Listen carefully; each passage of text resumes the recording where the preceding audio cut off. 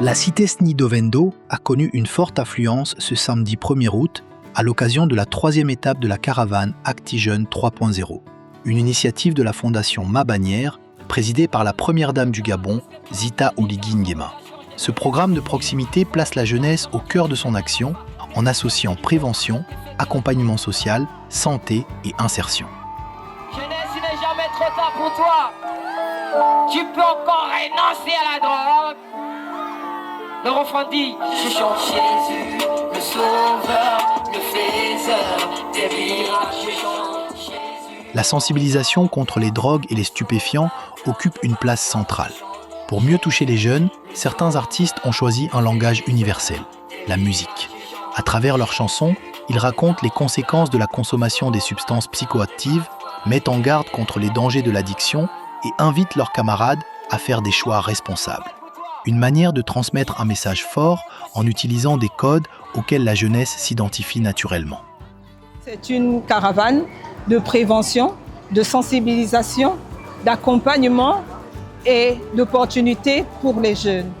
Et en cette période, l'objectif est d'aller directement vers les jeunes, dans leur quartier, pour leur apporter des opportunités concrètes. Au-delà de la prévention, au-delà de la sensibilisation, nous proposons aux jeunes des solutions concrètes afin qu'ils aient un conseil, une information, une opportunité pour construire leur avenir.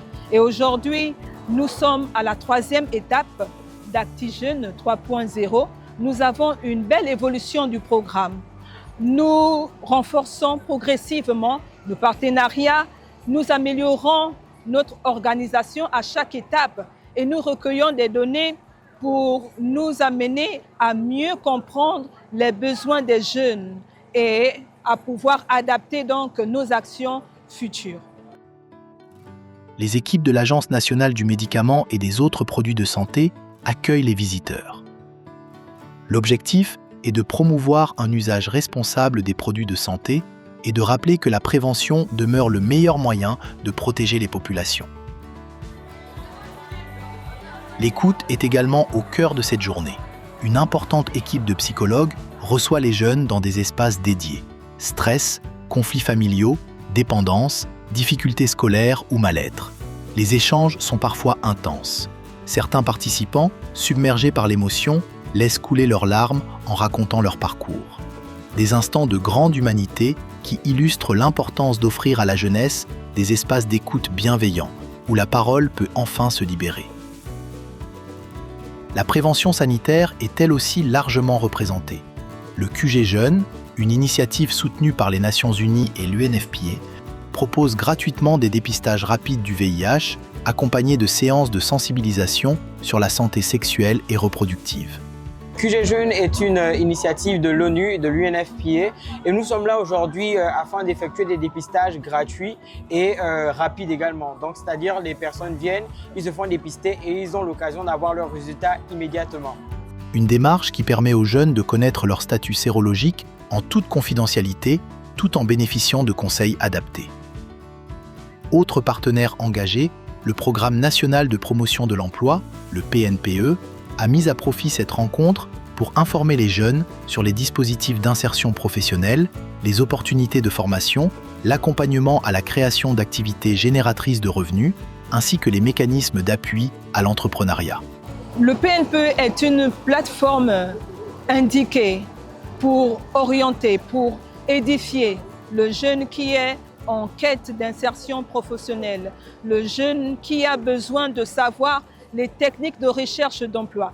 Au travers de leur atelier, ils proposent donc la procédure, par exemple, pour rédiger un CV, pour rédiger une lettre de motivation, mais également pour informer les jeunes de différentes formations et des possibilités d'auto-entrepreneuriat. Une présence qui rappelle que la lutte contre les addictions passe également par l'accès à l'emploi, à l'autonomie et aux perspectives d'avenir. Le village santé a, de son côté, enregistré une fréquentation importante. Après avoir obtenu de consultations médicales gratuites, les patients se rendaient directement à la pharmacie installée sur le site afin de retirer sans frais les médicaments prescrits par les médecins. Après les consultations avec les médecins généralistes, les patients viennent vers moi et me présentent une ordonnance et je suis dans le droit de leur servir ce qui a été prescrit par les médecins généralistes. Une initiative particulièrement appréciée par les bénéficiaires qui ont pu accéder à des soins de qualité sans contraintes financières. Le maire de la commune fait la visite des différents centres. Cette étape d'Actigone 3.0 a également été marquée par la visite du maire de la commune d'Ovendo, Arnaud Sandri Patrice Nombo. Accompagné de la coordinatrice générale de la fondation Ma Bannière, Stéphanie Oyili, le premier magistrat de la ville a parcouru l'ensemble des stands, échangeant avec les équipes mobilisées ainsi qu'avec les bénéficiaires. De la sensibilisation contre les drogues aux consultations médicales, il s'est personnellement intéressé au fonctionnement des différentes activités, allant jusqu'à se prêter lui-même à une consultation médicale. C'est un sentiment de satisfaction de voir nos mamans, nos sœurs, nos filles, nos enfants être là aujourd'hui pour une cause commune, la santé, parce que la santé c'est important. Quand on n'a pas la santé, on ne peut rien faire. Donc nous ne pouvons qu'être heureux d'être là aujourd'hui grâce à la Fondation Ma Bannière. Et nous souhaitons que chaque année, la Fondation Ma Bannière nous accompagne. Nous exprimons notre profonde gratitude à Madame la Première Dame. Nous exprimons notre profonde, nous souhaitons que vous soyez notre fidèle interprète pour lui transmettre tous nos remerciements.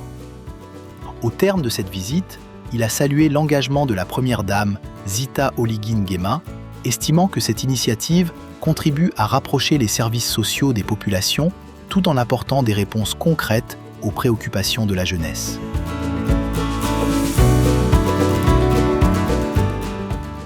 Moment très attendu par les participants, la tombola vient clôturer cette journée dans une ambiance festive.